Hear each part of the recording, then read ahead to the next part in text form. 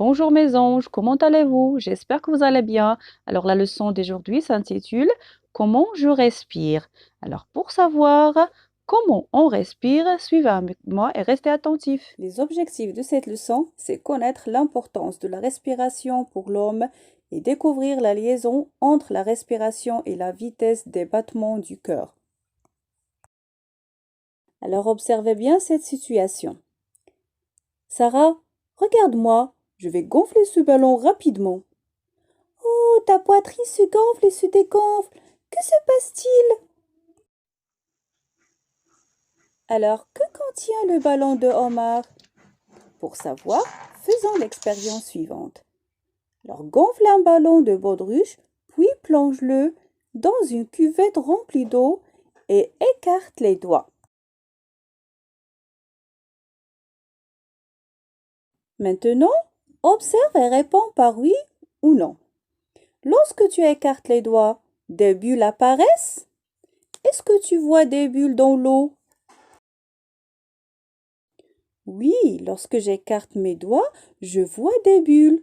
Alors, il y a des bulles qui apparaissent. Alors, est-ce que le ballon gonflé contient de l'eau? Non, bien sûr, le ballon gonflé ne contient pas de l'eau. Alors, que contient le ballon gonflé? Est-ce que l'air gonfle le ballon?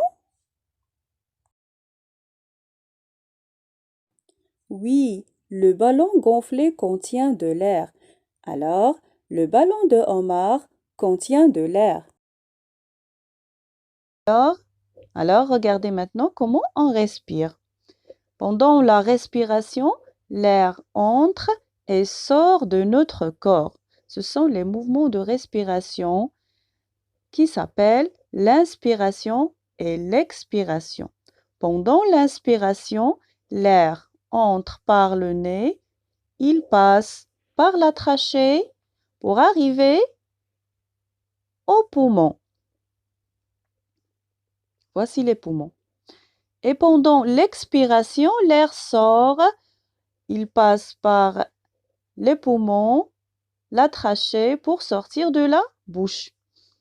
Alors, les mouvements de respiration sont l'inspiration et l'expiration.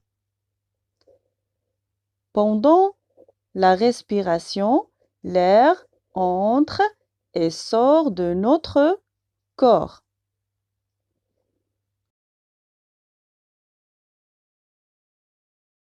On passe maintenant à l'activité C. Sur le schéma, indique par une flèche le passage de l'air quand Omar souffle dans le ballon de baudruche. Alors, lorsque Omar souffle, l'air passe des poumons, puis par la trachée, pour sortir par la bouche. Alors maintenant, observe et écris le numéro de l'image correspondant à chaque phrase. En regardant l'image 1, on voit des poumons gonflés. Ça veut dire que l'air entre dans les poumons. C'est l'inspiration. Par contre, dans l'image 2, on voit des poumons dégonflés, ce qui veut dire que l'air sort des poumons, alors c'est l'expiration. Pendant l'expiration, les poumons se vident. C'est l'image 2. Et pendant l'inspiration, les poumons se gonflent. C'est l'image 1.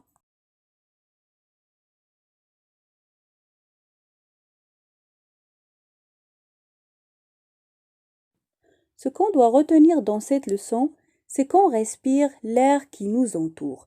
Pendant l'inspiration, l'air entre par mon nez, arrive aux poumons, puis il en ressort pendant l'expiration.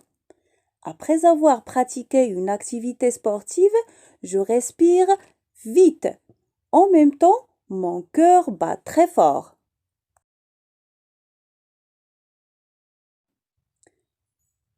On passe maintenant à l'exercice numéro 1. Écris le nom de chaque organe indiqué par les flèches. Alors la première flèche, on a le nez. Deuxième flèche, la trachée. Troisième flèche, les poumons. et la dernière flèche, le cœur.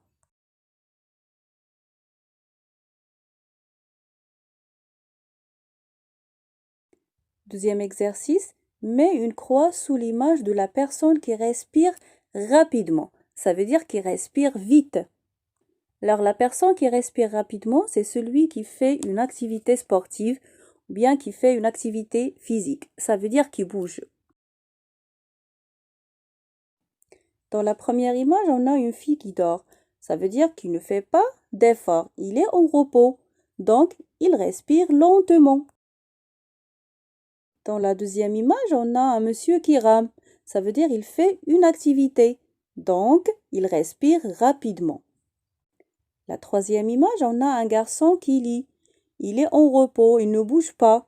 Donc, il respire lentement parce qu'il ne fait pas d'effort. Et pour la dernière image, on a un monsieur qui porte des objets lourds. Donc, il fait un effort. Alors, ce monsieur respire rapidement parce qu'il fait un effort physique.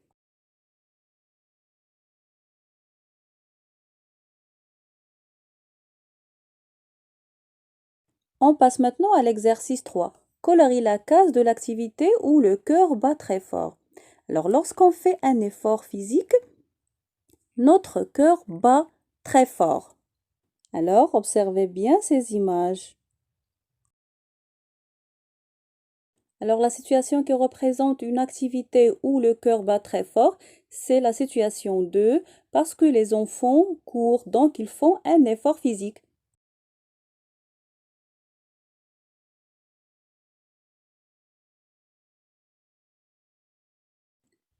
Pour l'exercice 4, mets le signe moins dans les cases qui montrent ce qui est mauvais pour la respiration. Observez bien les images. Dans la première image, on voit la fumée derrière la photo. Alors la fumée est dangereuse pour la santé.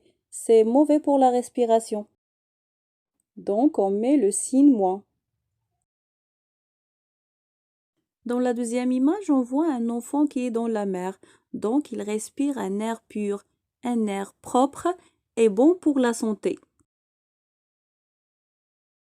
Pour la troisième image, on voit un camion qui décharge la poubelle dans une décharge publique et on voit la fumée, ce qui est mauvais pour la santé. Alors, on met le signe moins. Ce qui concerne la dernière image, les enfants se trouvent dans un jardin, alors ils respirent un air pur, ce qui est bon pour la santé. Alors la réponse de l'exercice 4, les cases qui montrent ce qui est mauvais pour la respiration, c'est l'image 1 et l'image 3. Alors, j'espère que vous avez bien compris la leçon d'aujourd'hui. Merci pour votre attention et à la prochaine vidéo. Et n'oubliez pas de faire les expériences à la maison.